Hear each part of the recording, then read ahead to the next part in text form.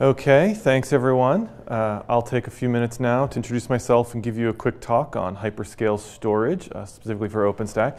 So my name is Rob Whiteley. I'm the VP of Marketing for Hedvig, which is a new software-defined storage vendor on the market. This talk will be confined to software-defined storage in general.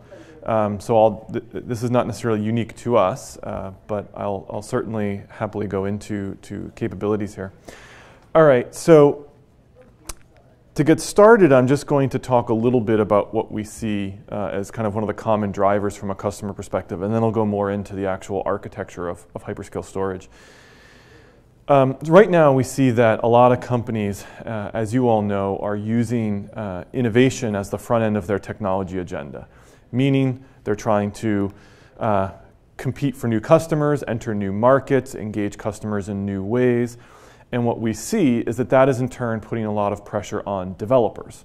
And developers are now quite comfortable provisioning their own infrastructure thanks to a lot of the public cloud offerings that are out on the market now. What we see, and ultimately what makes it relevant to this conversation over the next few minutes, is this desire for a more flexible infrastructure, something that can actually change as new projects and new services are kicked off within enterprises, right? And I'll be honest, whether that is a hardware-defined or software-defined, whether it's powered by OpenStack or not, isn't really the top of the conversation.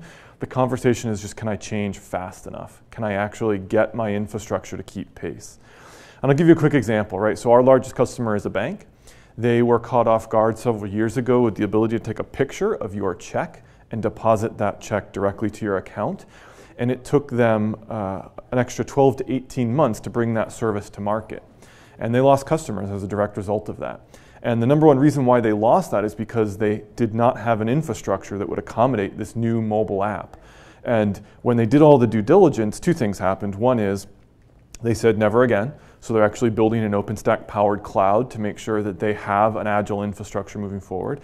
But the second thing is they realized storage was the biggest bottleneck in that equation. The reason why their infrastructure couldn't adapt and bring out, it was a very image intensive application, and storage just wasn't built with these modern applications in mind, right? So we see that in a lot of cases, that's the punchline. Storage becomes a bottleneck for OpenStack. A lot of the storage offerings don't have either the feature set or the flexibility to work in a world where you're trying to automate and orchestrate, right? So ultimately, we think even some of the current offerings on the market do not necessarily have true cloud in mind. So there's a couple of things. So first of all, we obviously believe software-defined is the right direction. I think everyone in the OpenStack ecosystem would agree with that. We think that hyper-converged, and I won't make this a big hyper-converged discussion, it is an architectural option where you take compute and storage and you put it on the same node and you scale them together. That certainly makes sense for some workloads. It does not for a lot of the OpenStack-driven workloads that we see. You very much want to keep storage decoupled and centralized. You just need to make it much more scalable. And so if you want all of these attributes that are part of any cloud, private or public, then ultimately we think you need a distributed systems approach. So if you think about what is hyperscale storage, it's basically the concept of taking distributed systems thinking and bringing that to your storage architecture. It doesn't mean you have to be massive in scale. It doesn't mean you have to operate at thousands of nodes. You can operate as small as one node. But it means you have to at least have the incremental scalability that a distributed modern system brings. Okay, I'll only do one more slide on the wind-up, then we'll get into a little bit more about hyperscale architecture and how it works. So first of all, I think we're at sort of an inflection point in the storage market. And what we've seen is that there's been a slow improvement on the price performance curve, meaning the cost per gig to store your data has gone down. And it's because we've seen these new architectures like scale out, scale up, right? Then there was a kink in the curve and we went software defined. And it was great because it completely changed the economics of storage. But what we've seen is this ever decreasing set of storage capabilities. It isn't keeping pace with the hardware world. So right around here, we begin to see the first generation of software defined. We now see a new generation that are built on these distributed systems. And ultimately what they do is they are built with cloud in mind. They're elastic, meaning you can scale them up and scale them down. And it also means that they have what you'd expect which is self-provisioning, full REST APIs, things that are needed in these more modern infrastructures. What's also interesting is that you can deploy them and mix and match them in whatever makes sense relative to how you're building your cloud.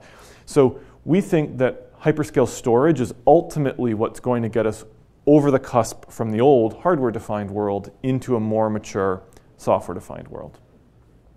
Okay, so enough of the build-up, right? To kind of introduce the concept of hyperscale, there's just 3 components. And again, I tried to keep this as generic as possible. All the storage architectures more or less have these 3 basic building blocks. They're just going to be called various things.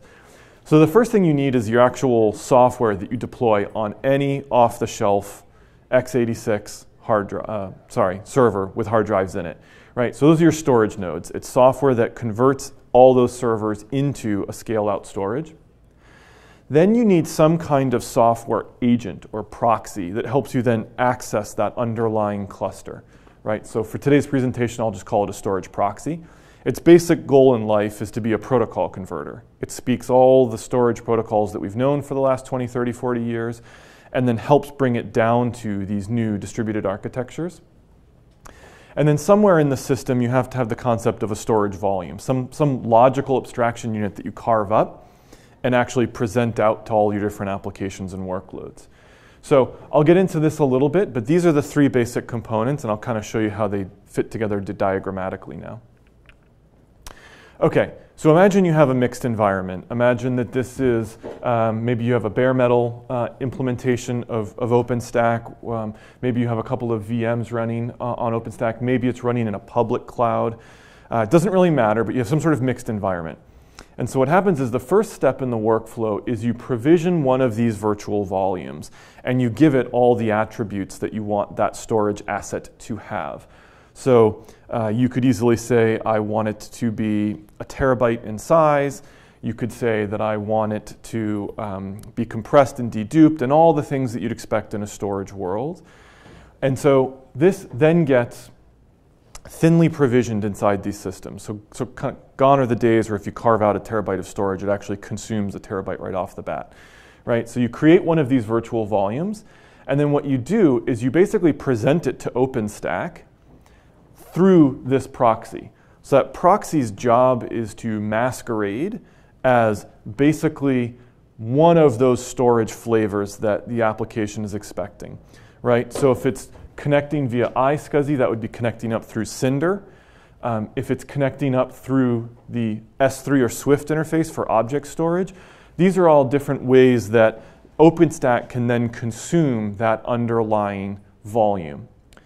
And what's important is exactly how this is done may vary a little bit from vendor to vendor, but the basic concept of something that accesses Cinder. Soon we'll see with Manila the ability to also interface directly with the file side, so NFS and SMB and things like that. Okay, so you've carved out your volume, you've now connected it to OpenStack, so that OpenStack now sees that virtual storage capacity. What it then does is trap that local traffic, and it sends it down to a cluster of those commodity servers, right? So this is what basically differentiates hyperscale. For those of you who are familiar with storage, you'll say this basically looks like a SAN or NAS architecture. It does. The difference is rather than sort of the traditional monolithic arrays, you have the ability to just roll in new commodity servers, each with their own components, with their own economics, and the cluster will just automatically expand and grab that capacity. So it allows you to have a couple of key advantages I'll talk about in a second. But you've got these proxies that are now able to bring it down. Now, the main advantage of this architecture and the main advantage of any hyperscale architecture is I can now scale these 2 things completely independent of each other. Meaning I can add storage capacity without having to add compute. I can add compute without having to add storage. And the whole role of this little proxy is it gives me very linear scalability. The more compute I add, I get nice linear capacity out. I don't have to worry about things like caching and a bunch of other storage tiering type issues. Okay, so you create the volume, you present it up, and then you bring it down to the cluster. What happens is the cluster will then distribute that data based on policy. So you can have tunable replication, you can have DR, all the things that you set during provisioning time is adhered to, right? And so, by the way, if you carve out a 1 terabyte It doesn't mean 1 terabyte goes on this server, 1 terabyte there, one. It'll get chopped up into much more granular, and that gets spread around as many of the nodes in the cluster as possible. And then finally, what can happen is you can also then set policy that says, I not only want the data spread around, but I want the data spread around throughout various sites. So I could say I want it between public clouds and private clouds or among different data centers. Right? So part of a hyperscale architecture is the ability to be multi-site, multi-region. And that's really critical to making sure something that has traditionally been more prevalent on the object side, but can now be done with some of the more block-oriented and file-oriented architectures as well. Okay, so just to wrap this up then, since I only have 2 more minutes, right? This is the basic architecture. Here, I'll back up, right? So you have a completely scalable pool of virtualized storage. That's the true hyperscale portion. And then you have components that exist at the compute tier that also are completely elastic in nature. By the way, if you took these 2 software components and deployed them on the same physical host, that would be hyper-converged. But that'll be for a different 15-minute talk. Okay, so what do you want to look for? So there's a bunch of different capabilities that are present in hyperscale. I won't rattle them all off now. I've covered almost all of them. But a couple key ones that are really relevant to OpenStack is just as OpenStack is agnostic to the hypervisor you run, is agnostic to the OS, that can be true on the storage side as well. So you want to make sure you're not tying yourself to a particular kernel or hypervisor. Otherwise, you'll end up with just pools of storage again, right? Maybe for VMware versus Hyper-V. So that's a key thing to look out for. And then the second thing is you want to make sure that it does support all the different flavors. Right, so with Cinder, with Swift, with Manila on the horizon, you want to make sure that you're not having to deploy pools of hyperscale storage to support OpenStack. You want one common platform underneath that actually speaks all of those different protocols. Okay, I'll end on just a couple of key reasons why I think hyperscale makes more sense for OpenStack. First of all, I think the biggest barrier to any storage is what we call the human latency. It's all the manual provisioning of all those storage assets. That occurs because you have islands. You might have just a particular object storage island off to the side. You might have a particular block storage. So eliminating that with one common platform that is completely scalable in nature. The second we've already talked about is it does need to be, I think, truly agnostic. A lot of the hyperscale solutions will talk about being hardware agnostic. That's great. It should also be cloud agnostic. You should be able to run the software in any public cloud and should be able to provide one logical pool of storage for all your OpenStack workloads. Another thing that's very critical in hyperscale is to make sure that when you're carving out all those volumes, that you can set policy on a per volume basis. Right? That's how you can build multi-tenancy into the cloud. Right? So either because you're trying to break it up into gold, silver, bronze, or you're thinking about chargeback, or just because you want to make sure that every application can consume that storage. Right? So if you have a high IOPS workload, you need to be able to carve out hyperscale storage in a way that makes sense for that, like a database. Whereas if it's just a slow archive object use case, you need a completely different set of policies. You don't want global policies that you set them, and then every application has to inherit those policies.